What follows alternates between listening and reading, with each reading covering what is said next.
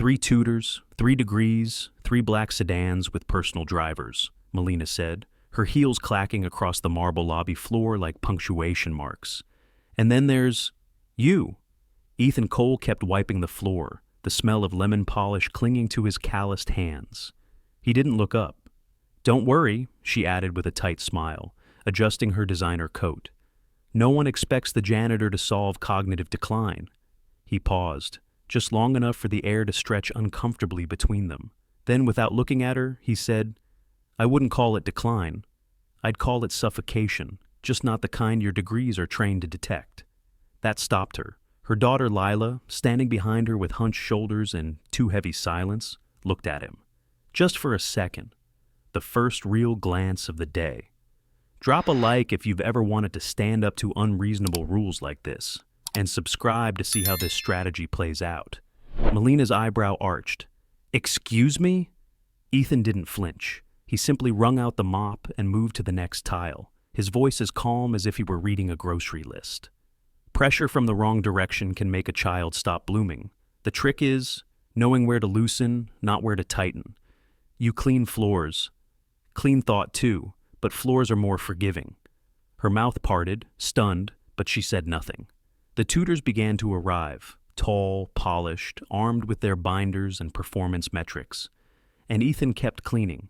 He had learned early how to go unnoticed. After the funeral, after the resignation letter, after the doctoral plaques went into a taped-up box and the world stopped asking what Dr. Cole thought. Now, he worked in silence and measured his worth in clean hallways and steady income, not opinions. But Lila Hart was different. She didn't speak much, not to her mother, not to her tutors. But sometimes when Ethan passed her in the hallway, she would whisper facts under her breath, half correct, half afraid. Emily Dickinson, dashes, obscure themes.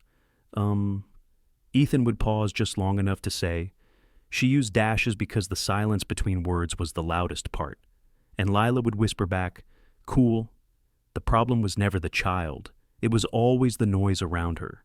And Melina Hart radiated enough pressure to flatten entire classrooms. Lila didn't need more pressure. She needed air. But Ethan had learned to keep his mouth shut. Even when administrators smirked. Even when parents whispered during school board meetings. Except today. Today he had made the mistake of saying something in the lobby while tutors strutted in and parents watched. And Melina had reminded everyone who he was. And who he wasn't. Later that morning, he found himself scrubbing a coffee spill outside the teacher's lounge while Melina sat inside, explaining to the principal that Lila requires elite recalibration, not coddling. The teachers didn't say anything. Most of them wouldn't. Not with Melina holding the school's largest alumni checkbook and threatening to cut funding every 6 months. Ethan wrung the rag tighter than necessary. When he turned to leave, Lila was standing in the hallway, watching. Small shoulders, red-rimmed eyes. She didn't speak. She just glanced at his cleaning cart, then at the quote on the bulletin board above it. Not everything that counts can be counted. Not everything that can be counted counts. Einstein, Ethan said softly. Though the authorship's debated. Lila blinked. It's kind of like what you said earlier. He nodded once. Kind of. Where are you watching from? Because this is the kind of place where uniforms speak louder than knowledge, until someone makes the mistake of pushing the wrong person too far. Melina Hart just made that mistake, and she has no idea what kind of mind she dismissed with a mop. Lila sat alone at the edge of the courtyard bench, pencil hovering above her workbook like it weighed more than her hand could hold. Her fingers trembled. She wasn't even halfway through the page, and the numbers had already begun to blur into knots. The 3 tutors had all tried, each in their own polished way. Diagrams, drills, rewards. None of it stuck. She glanced at the far end of the courtyard. Ethan was wiping down the stone benches that ring the tree line. He moved slowly, not out of laziness, but with the kind of attention that made every motion feel like it had meaning, not rushed, not forced. When he caught her watching, he didn't wave. He just nodded once, respectfully, calmly. Lila lowered her head again, heart knocking against her ribs. She didn't understand him, not really, but something about the way he moved, about the quiet way he looked at her without expecting her to smile or perform, made her feel less small. Her mother's voice echoed from memory. "We don't have time for emotional softness, Lila. Excellence doesn't wait." But Ethan didn't seem to be waiting for anything. Not from her. Not even an answer. Ethan didn't approach. It wasn't his place, and he knew it. But as he finished wiping the last bench, he paused for a second just behind her, not close enough to intrude. "Funny thing about subtraction," he said quietly. "It's the only operation that forces you to look backward before moving forward." Lila looked up. "What?" "Subtraction. You can't do it without first considering what used to be there, what changed, what got taken away." She blinked, then looked at the minus sign on her worksheet. "It's not about numbers, is it?" she said. Ethan gave a small, crooked smile. "It usually isn't." Inside the school, Melina stood with the 3 tutors in a glass-walled conference room overlooking the courtyard. She was not watching her daughter. She was watching the administrator, Ms. Lin, skim through Lila's past performance reports. "I want measurable outcomes by mid-semester," Melina said crisply.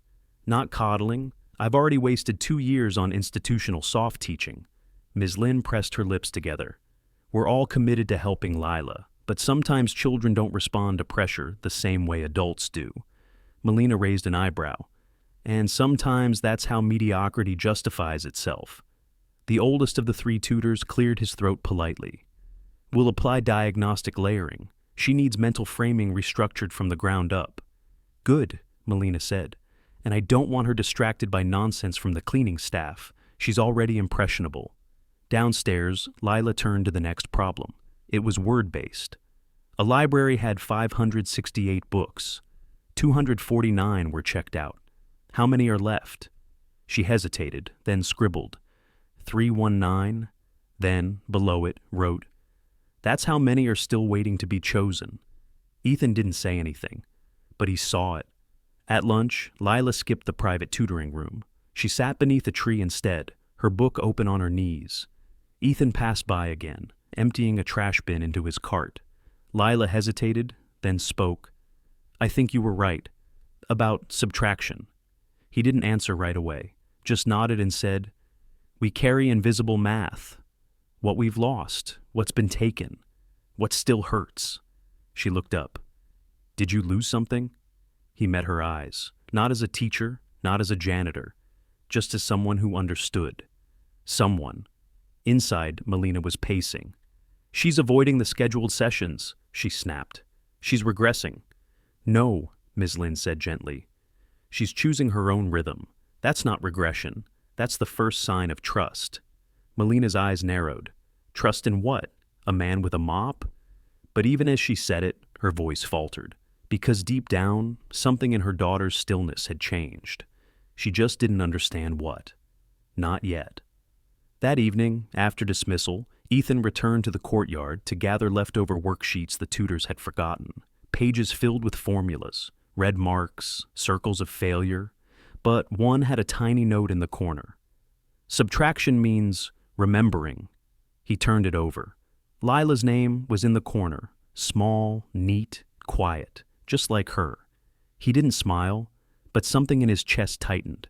The kind of ache you get when you realize you've been seen by someone who wasn't supposed to see you, and the kind of ache that told him he wasn't done here. The next morning, Ethan was fixing the loose leg of a bench outside the administrative wing when he heard the voice before he saw her. "I don't know what kind of games you're playing, but I don't appreciate interference." Melina's heels struck the stone like accusations as she walked toward him, flanked by one of the tutors, the tall one with an imported accent and an ego to match. Ethan straightened slowly, placing the wrench on his cart with care. "Interference?" Melina crossed her arms. "My daughter is using language I didn't authorize. Emotional metaphors, subjective learning styles. She told me subtraction is about loss." Ethan looked at her. "She's not wrong." "That's not the point," she snapped. "You're not qualified to offer opinions. You're a janitor." Silence stretched between them, the kind that comes not from fear, but restraint. Ethan didn't defend himself. He just picked up the wrench again and returned to tightening the bolt. Ms. Lin passed by moments later. She didn't speak to either of them, but her gaze lingered, first on Ethan's calm expression, then on Melina's bristling posture. She didn't interrupt, but she noted everything. Back in the classroom wing, Lila sat alone with a pencil and an untouched worksheet. Her tutor hovered nearby, tapping on a tablet, asking questions in a clipped, practiced tone. "Focus, Lila. What is the formula for finding the area of a triangle?" Lila hesitated. "Lila?"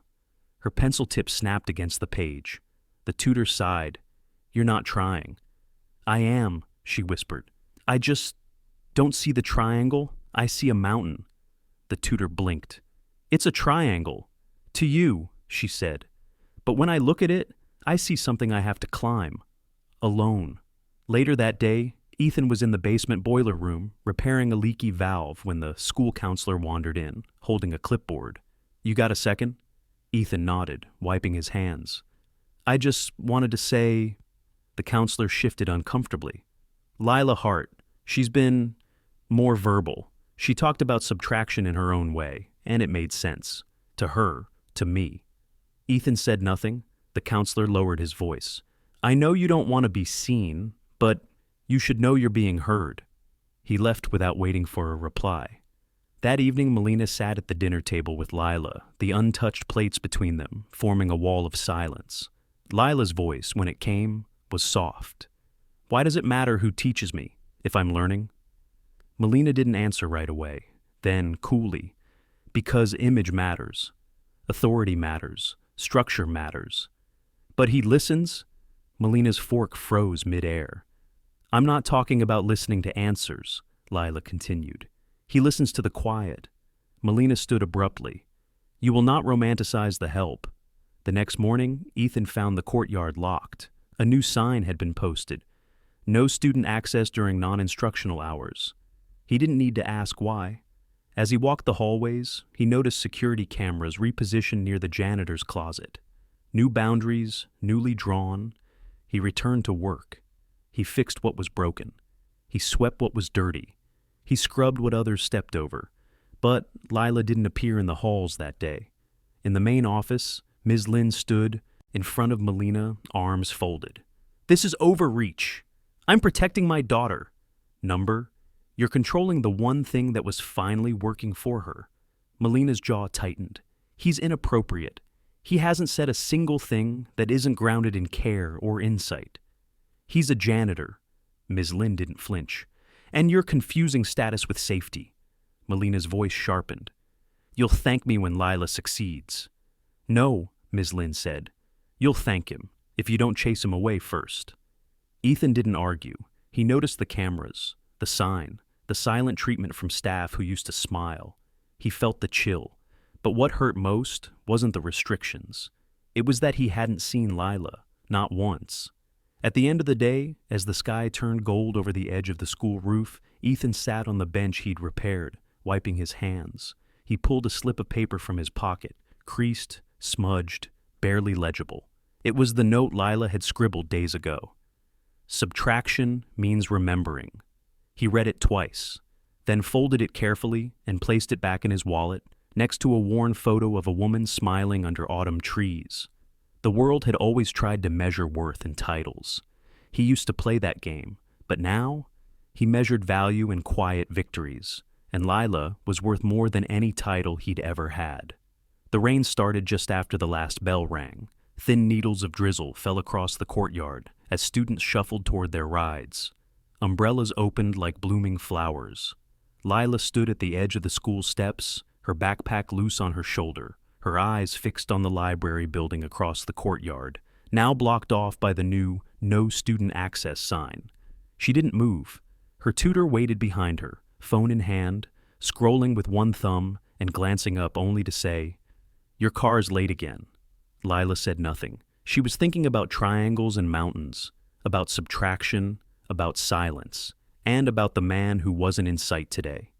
Ethan was in the lower hallway, laying down absorbent mats to catch the wet footprints trailing in from the courtyard. He'd been reassigned to indoor-only routes. No explanation, just a reallocation of responsibilities email, signed by someone who rarely looked him in the eye. He accepted the change without complaint, but he noticed the absence of a certain quiet presence by the outdoor benches. No pencil tapping, no hesitant footsteps, No whispered questions about dashes or decimal points. Lila was being kept away. That wasn't a surprise. What surprised him was how much he missed her quiet questions. Inside the school's east wing, Ms. Lin walked past the staff break room and found a folded worksheet slipped between the slats of the bulletin board. It was Lila's, with faint blue ink beside each math problem. What caught her eye wasn't the accuracy. It was the writing in the margins. Does every equation have to balance to be worth solving? What happens when the missing number is a person? I don't think I'm afraid of math. I think I'm afraid of being wrong in front of someone who wants me perfect. Ms. Lin read each note twice, then carefully slid the sheet into her folder.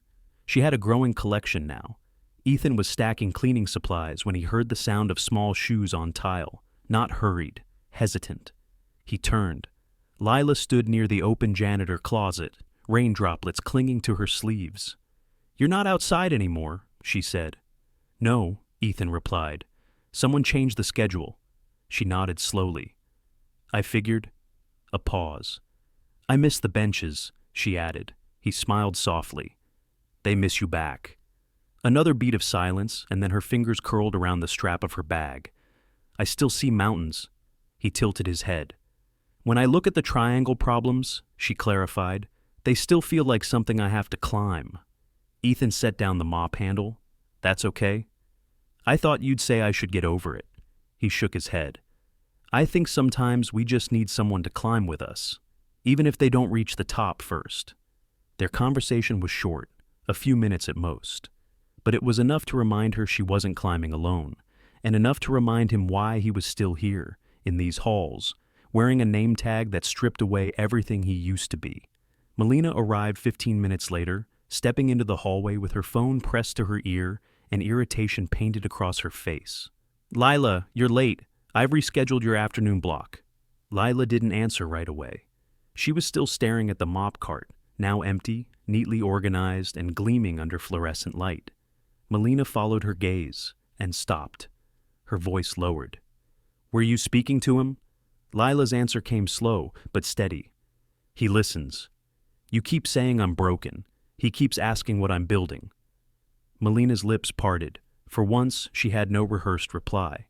That night, Ethan sat at the small kitchen table in his apartment, flipping through a notebook filled with faded lesson plans, remnants of a life he'd folded away.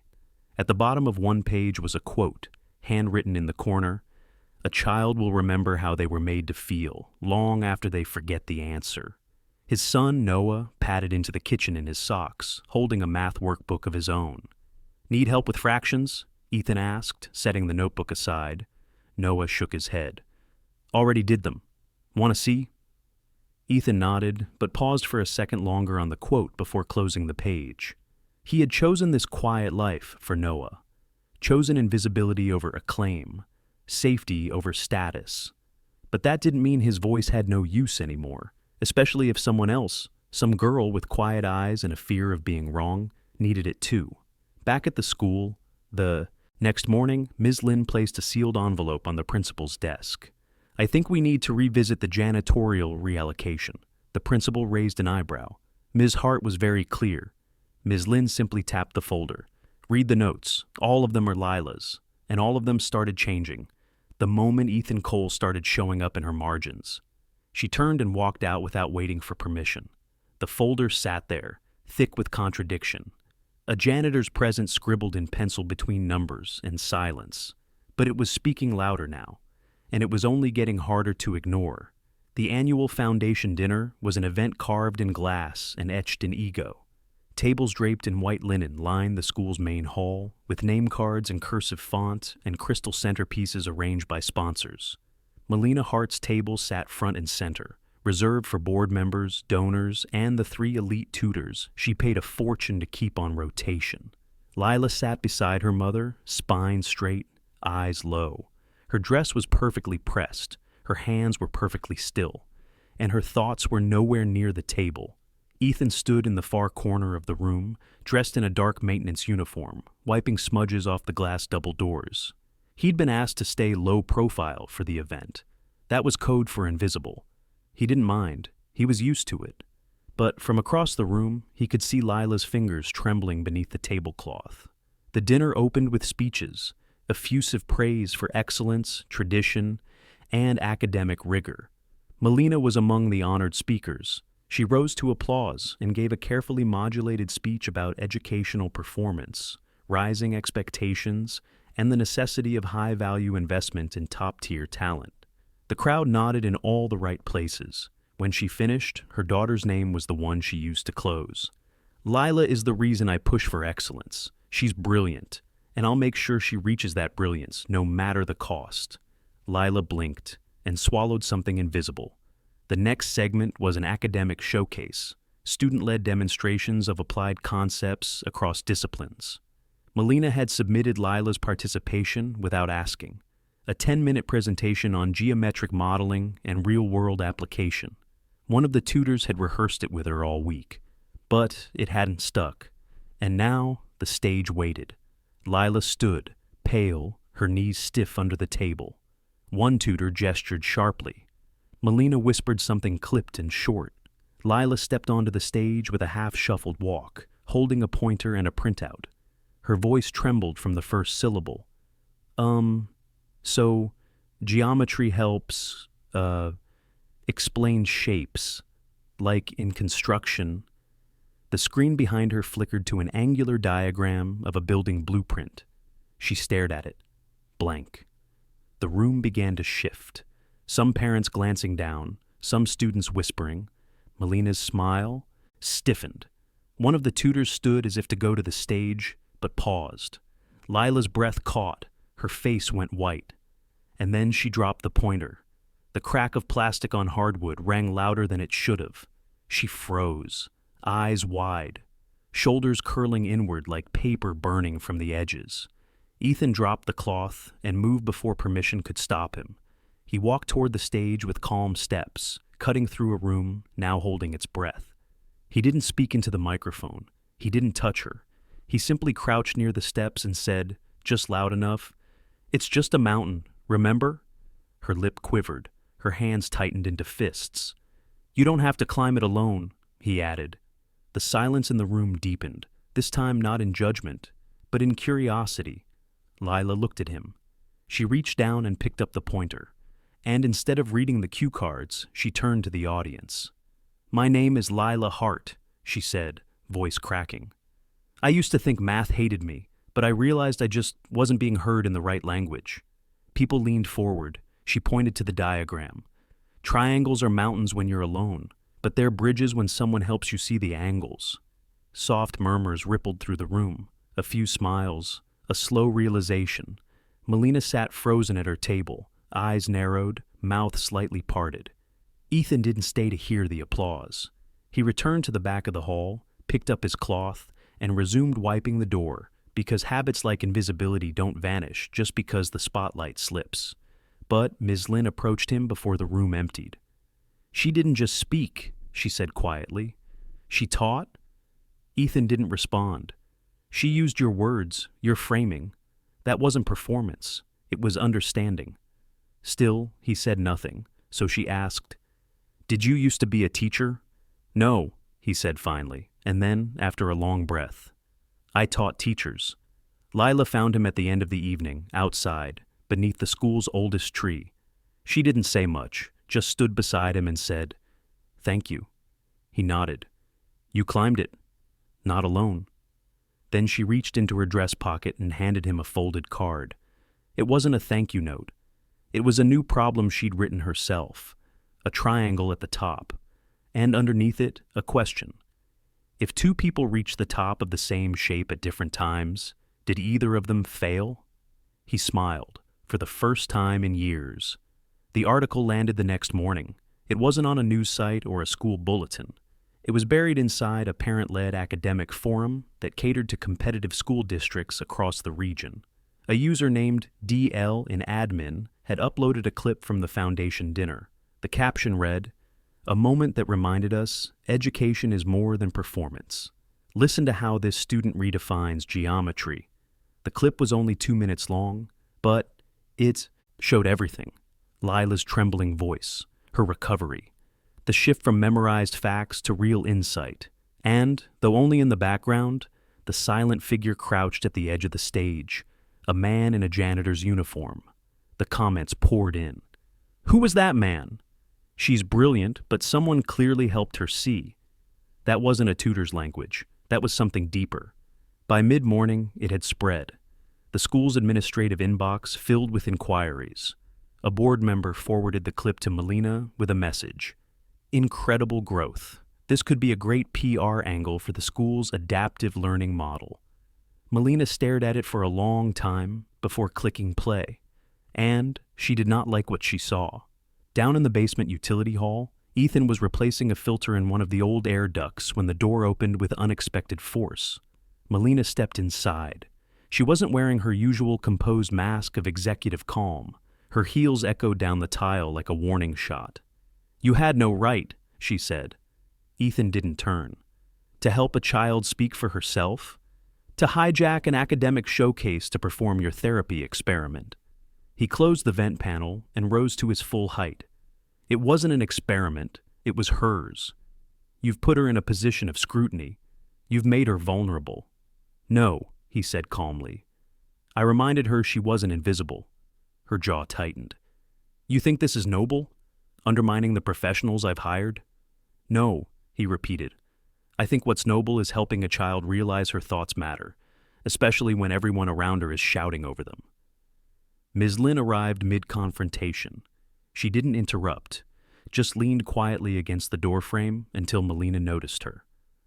What are you doing down here? Melina snapped.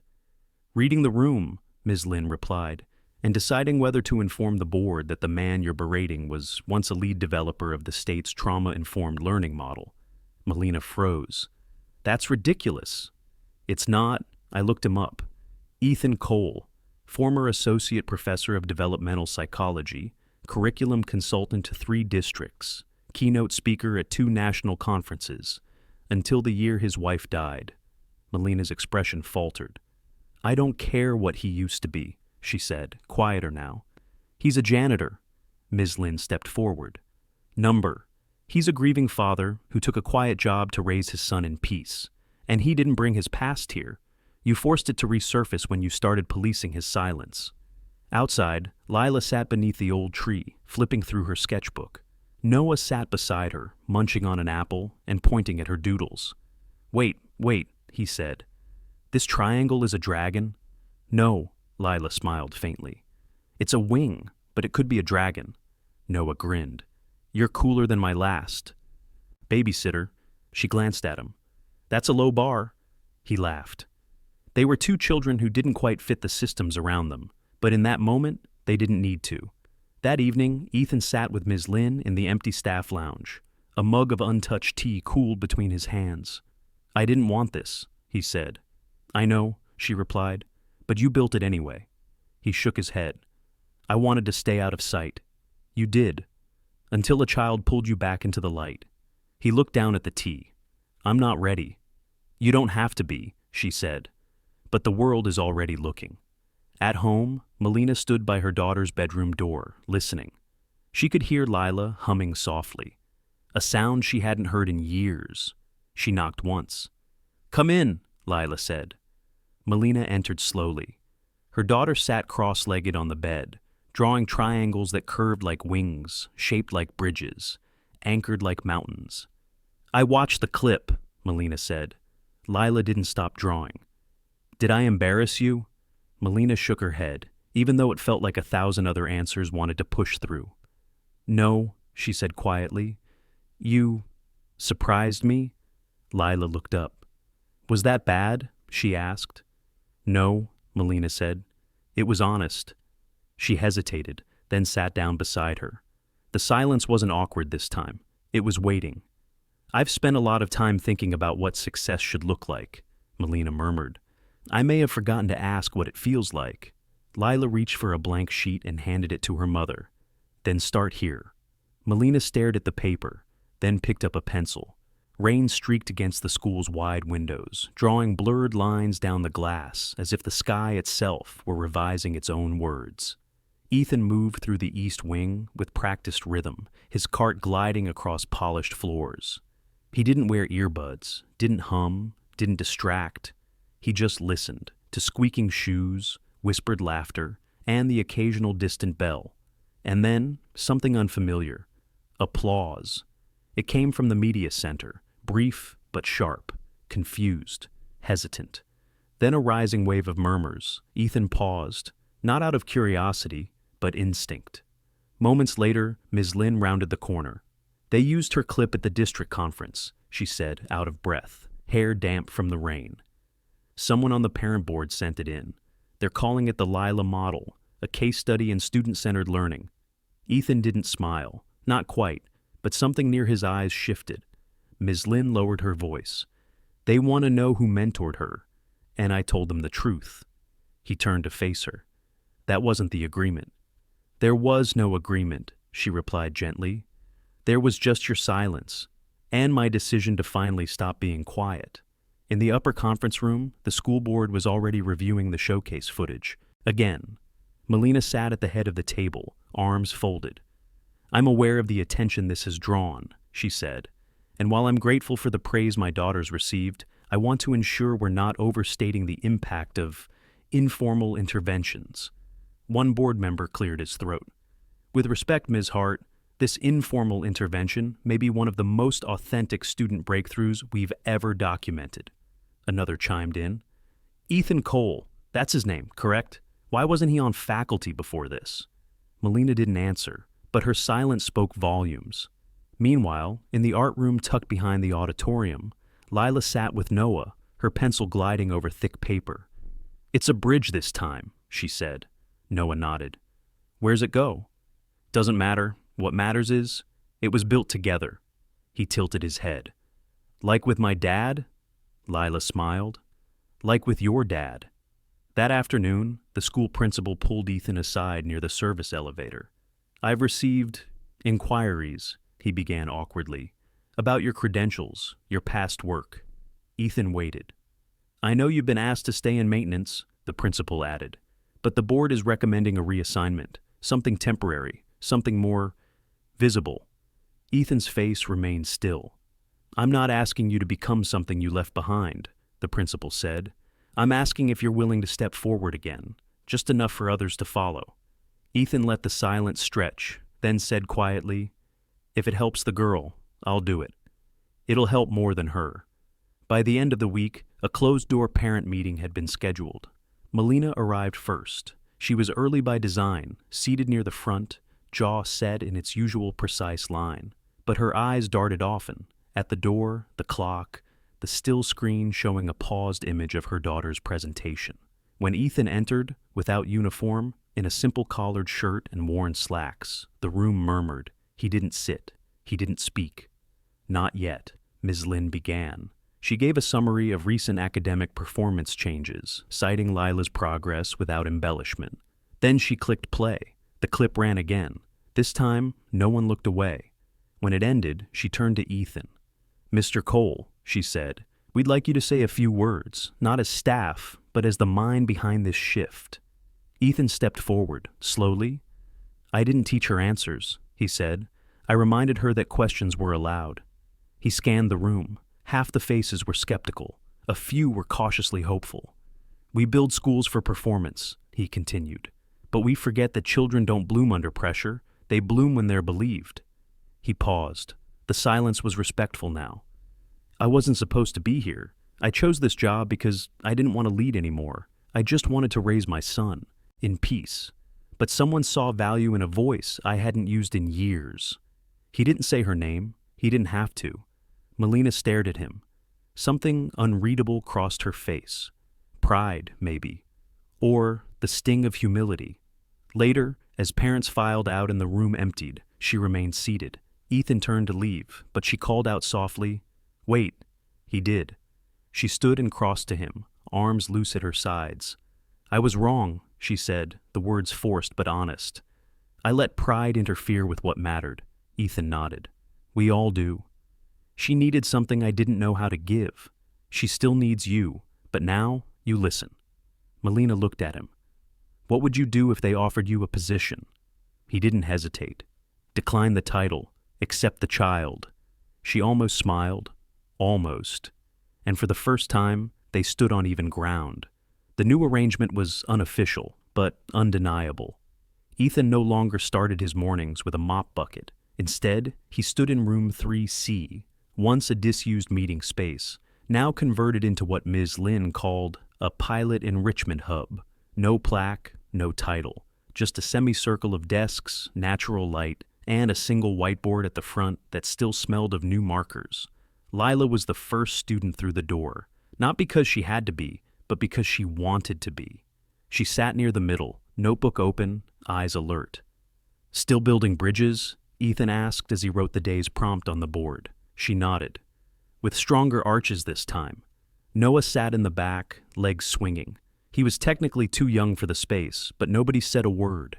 He watched everything, especially the way his dad taught without ever raising his voice. More students began to trickle in, curious ones, anxious ones, the ones who never quite clicked with the rigid frames of standard instruction. Some came with official approval, some came just to watch. Ethan didn't chase them off. He made space. Melina, meanwhile, stayed quiet. She didn't interfere, didn't question. But she did observe, from doorways, from corners, from behind her tinted car window during pickup. Lila was smiling more, drawing again, and Melina, for once, didn't feel the need to schedule her progress into 30-minute performance blocks. She was learning that healing didn't always require structure. Sometimes it required surrender. The tutors didn't vanish overnight. One, the youngest of the three, stopped by room 3C out of sheer curiosity. He lingered during a group exercise, listening to Ethan break down probability using marbles and metaphors. After the class, the tutor approached him. "I used to think you were beneath me," he admitted. Ethan wiped the board. "That's because I was cleaning floors." The tutor chuckled nervously. "I meant professionally." "I know," Ethan said. Same answer. By the week's end, the board had submitted a formal proposal, a permanent mentorship position, customized around Ethan's strengths with flexible scheduling and advisory duties. He read it once, then pushed it aside. Not because he didn't care, but because he already knew what mattered. Later, he folded the proposal and placed it in his desk drawer beside Lila's first triangle sketch, the one where the mountain had no peak, only sky. On Friday, Ms. Lin entered room 3C carrying a long, flat box. She placed it quietly on Ethan's desk and said, "We had it made." He raised an eyebrow. She opened the box to reveal a nameplate. Dr. Ethan Cole, Enrichment Coordinator. It wasn't flashy, no gold trim, just brushed steel and black lettering. He stared at it for a long moment, then said, "Let's not mount it." Ms. Lin tilted her head. "Why not?" "Because if the title matters more than the work, we're back where we started." She nodded. "We'll keep it in the drawer." "Next to the real proof," he said, pulling out Lila's sketch. That afternoon, Lila stayed behind after class. She stood near the board, tracing the outline of one of Ethan's diagrams with her finger. "Do you think I'll ever be like you?" she asked softly. He leaned back in his chair. "Like me, how?" Clear, calm, certain. Ethan smiled, not unkindly. "I'm never certain, just comfortable in the unknown." She blinked. "That sounds terrifying." "It is," he said. "But so is silence, and you've already broken that." She took a breath, then offered him a folded page. "I wrote something." For the school paper, he opened it. It was titled, "The Janitor Who Wasn't." That night, Ethan walked Noah home through soft rain. They shared a cheap umbrella, and Noah held onto his dad's hand tighter than usual. "Are you going to be a teacher now?" Noah asked. "I don't know," Ethan said. "Doesn't feel like teaching." "What's it feel like?" Ethan thought for a long moment, then said, "Like remembering who I used to be, without forgetting who I became." Noah grinned. "Sounds like subtraction." Ethan ruffled his hair. "Exactly." Back at the school, the custodial closet was emptier than it had ever been. The tools were still there, mop, bucket, gloves, but they sat untouched. A folded uniform lay neatly on the top shelf. On the inside tag, someone had written in marker, "Subtraction means remembering." Ethan had written it months ago. He left it there now. Not because he needed to return, but because he'd never really left. The school's spring exhibition was just days away. Unlike the formal foundation dinner, this event was open to all: students, parents, staff, even local reporters. Tables would line the halls, showcasing science projects, literature portfolios, and community-based learning outcomes. It was meant to celebrate not just academic success, but growth. This year, Lila wanted a table, not because Melina insisted, but because she had something to say. Her project was, as simple on the surface: a folded tri-panel board, a stack of hand-drawn diagrams, and a title scribbled in her own handwriting: The Mountain, the Mop, and Me. When Ethan first saw it, he froze. At the center of the board was a single triangle. Noah helped color the corners. He added a little mop cartoon in the bottom left, smiling, arms outstretched. In the days leading up to the exhibition, more students joined Room 3C voluntarily. Not because they were assigned, because they were curious. Some had struggled in other classes. Others were just quiet, the kind who passed through the hallways without rippling the air. Now they leaned forward, asked questions, built bridges of their own. And still, Ethan resisted the title, even as the emails came in, even as Ms. Lynn forwarded requests from neighboring schools asking if Dr. Cole would consider leading a district workshop. He read them, then closed them, because he wasn't finished here. Not yet. Melina, too, had changed. She no longer stormed through hallways. She paused now, watched, listened.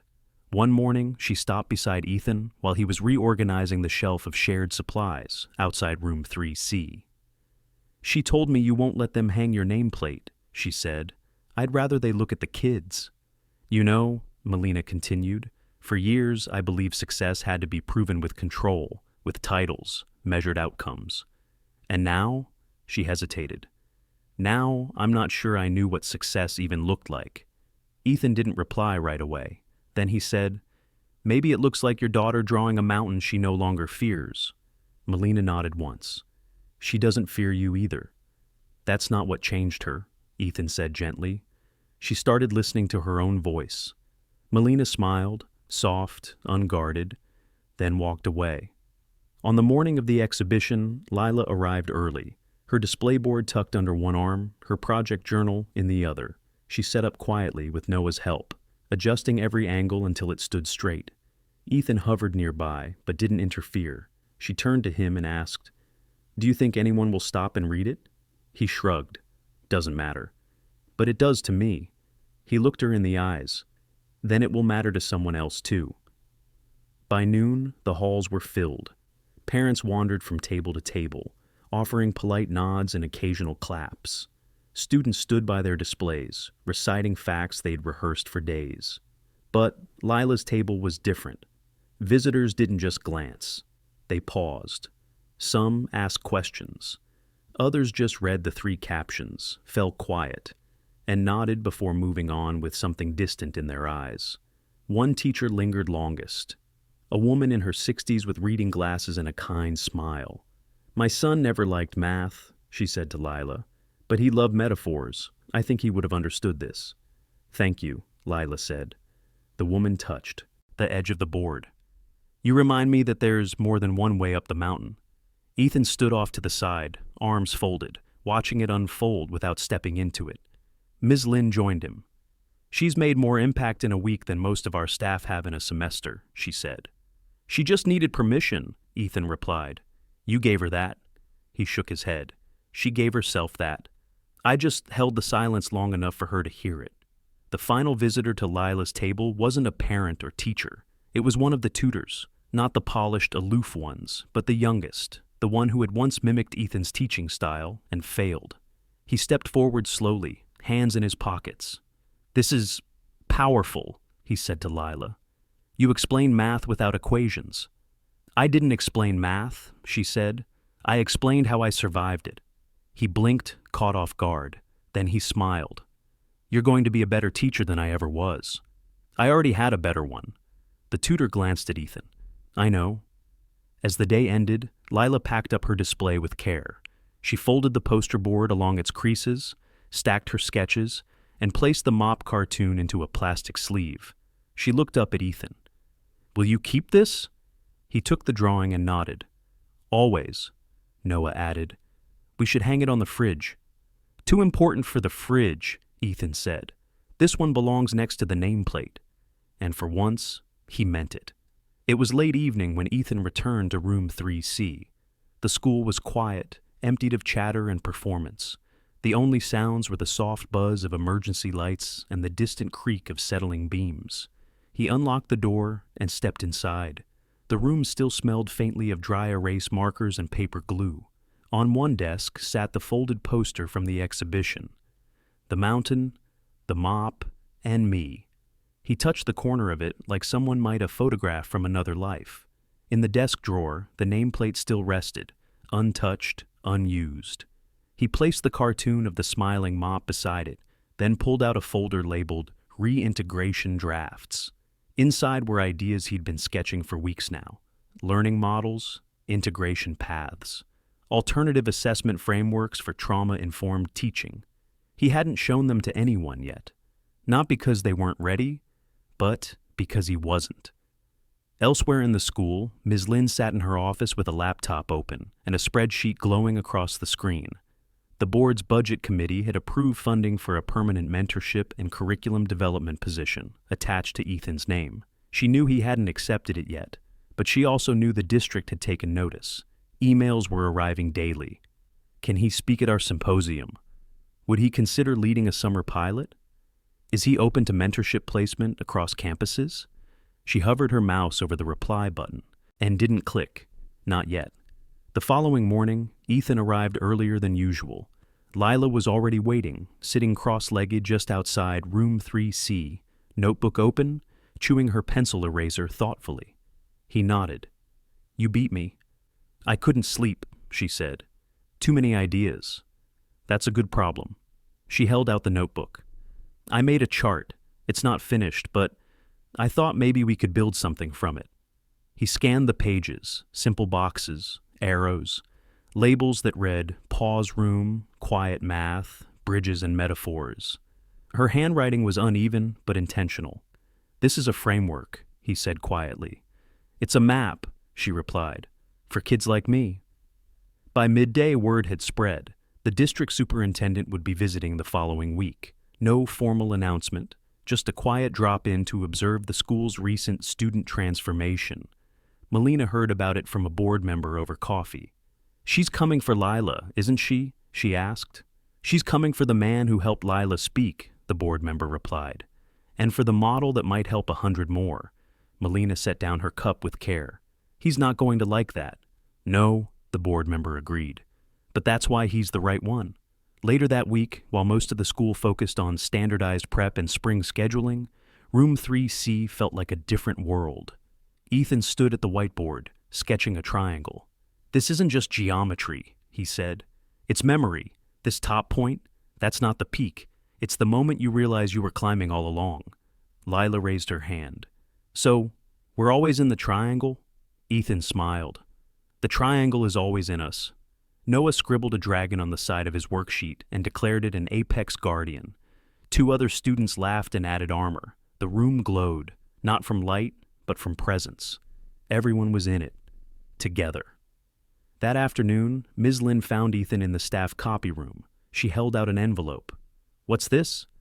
An offer, she said. Official, title, salary, resources, autonomy. He stared at it, then handed it back. I don't want the room to shift when I walk in. It already does, she said gently. You just don't want them to stop asking questions. He hesitated. I'm not sure I can lead again. You're not leading, she said. You're listening in ways no one else thought to. He didn't open the envelope, but he didn't walk away either. That evening, Ethan found himself sitting at his kitchen table, surrounded by artifacts of 2 lives. His past, defined by research papers and speaking tours, and his present, anchored by a mop, a lunchbox, and a drawing of a triangle with feet. Noah was curled up on the couch, fast asleep with a workbook still open across his chest. Ethan stared at the drawing Lila had made. A triangle, a mountain, a child halfway up. No, flag no summit, just motion. He reached into the drawer, and for the first time, he pulled out the nameplate. He didn't mount it, but he wiped it clean. The next day, Lila handed him a sealed envelope. "What's this?" he asked. "A letter," she said. "Who to?" "You," she replied. "It's not for school. It's for when you forget." He raised an eyebrow. "Forget what?" She tilted her head. "That some of us only started climbing because you stopped cleaning long enough to speak." He said nothing, but he didn't let go of the envelope. Across the school, preparations had begun for the superintendent's visit. The halls were polished, staff briefed, talking points rehearsed. But none of that mattered, because Room 3C wasn't about performance. It was about presence. And presence couldn't be rehearsed. It could only be felt. The superintendent arrived without ceremony. No press, no name tag, no entourage. Just a beige coat, a neutral smile, and eyes that missed nothing. Her name was Dr. Halden, and her reputation was built on precision. She could dismantle a school's program with 3 questions and a raised brow. Melina met her at the front office with a handshake polished from decades of boardrooms. "We're proud of our recent innovation in enrichment," she said, voice calm and clipped. "I'm not here for brochures," Dr. Halden replied. "I'm here for results I can feel." Melina's jaw tightened, but she nodded. "Then follow me." They walked the hallways slowly. Students peeked from classrooms. Teachers stood straighter.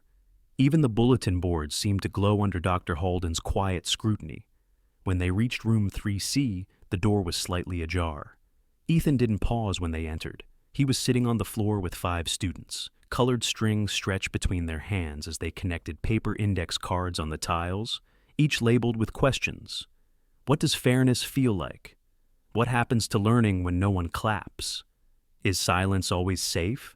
The students weren't rushing. They were listening to one another, pausing, revising, building. Dr. Halden didn't speak. She sat quietly in one of the side chairs.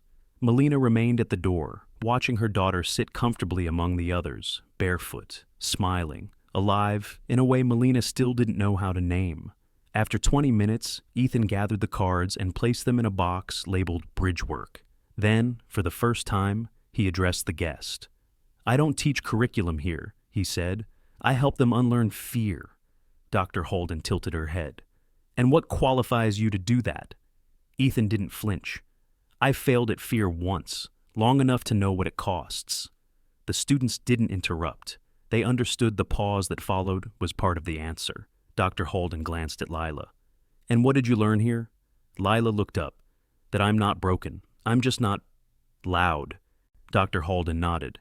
"Then we'll need more rooms like this."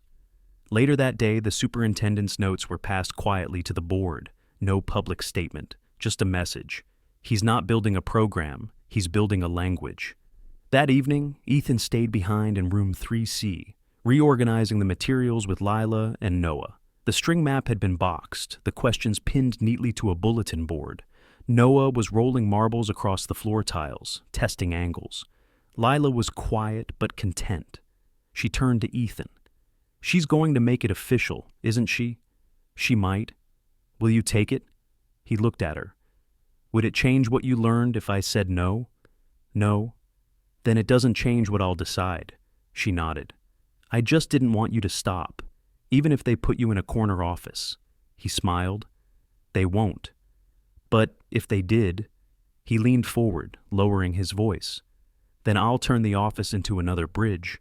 Meanwhile, in Melina's home office, she sat at her desk, holding a paper she'd folded and unfolded 10 times. It wasn't an official report. It was Lila's hand-drawn chart, the triangle, the bridge, the smile, and beneath it, a caption that said, "I found my shape." He didn't give it to me. He just handed me the pencil. Melina stared at those words longer than she'd stared at any earnings report. For the first time in years, she didn't feel like the most powerful person in the room. And for once, that felt like relief. The next morning, Ms. Lynn arrived early to find Ethan already seated in room 3C. A new box sat on the desk. Inside was the nameplate.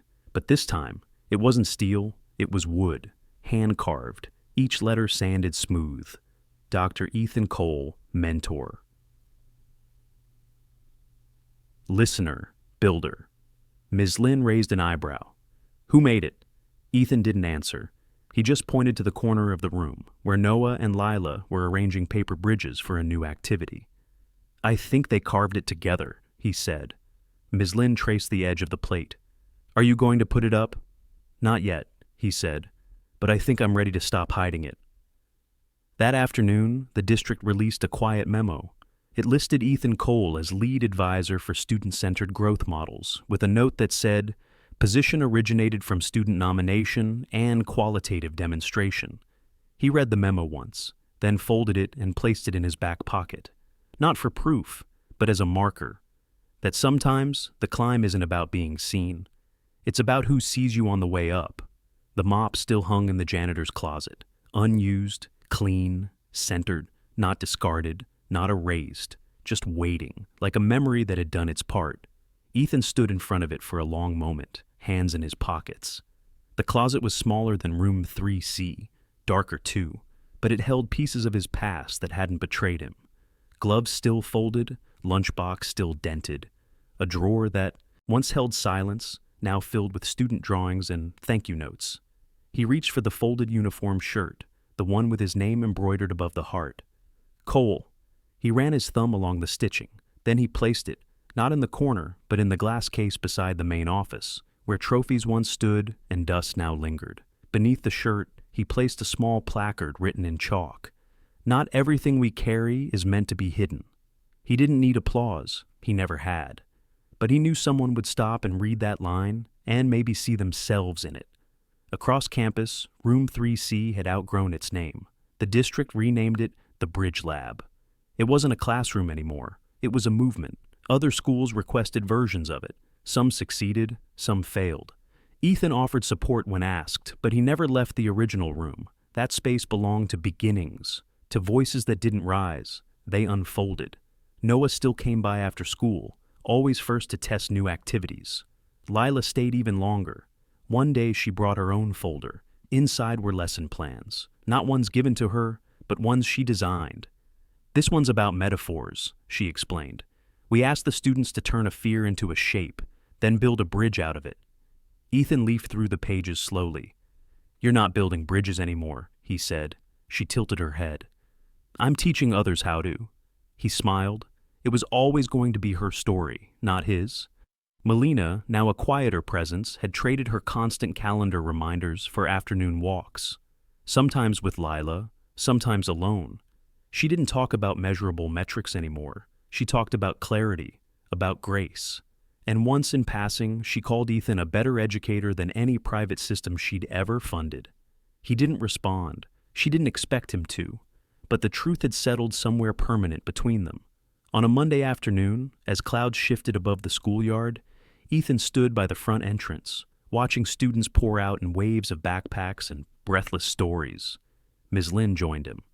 "They've approved your full framework," she said. "They want to use it across the district." He nodded once. "They can have the model, but not the name."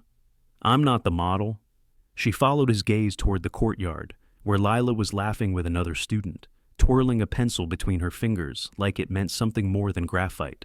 "No," Ms. Lin said, "but you gave it breath." Ethan watched as the kids disappeared into carpools, into crosswalks, into whatever came next. "I just gave them permission," he said. That night, in the quiet of his apartment, Ethan opened Lila's letter, the one she'd given him weeks ago, folded and sealed in blue tape. Inside was a single sheet of notebook paper, lined and creased. It read, "You said subtraction means remembering, so here's what I'll never subtract. That you saw me when no one else looked. That you spoke quietly enough for me to find my own voice. That you showed me I could be the shape and the solution.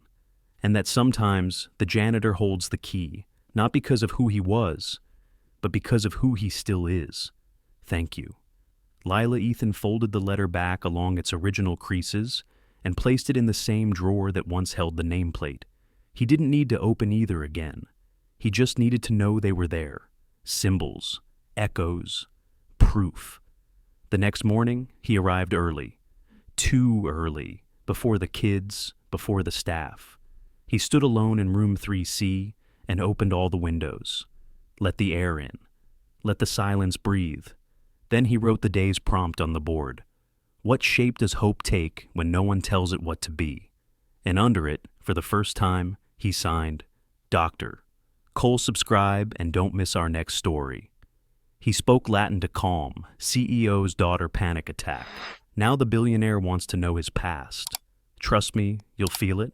And tell me in the comments, what injustice should we tackle next?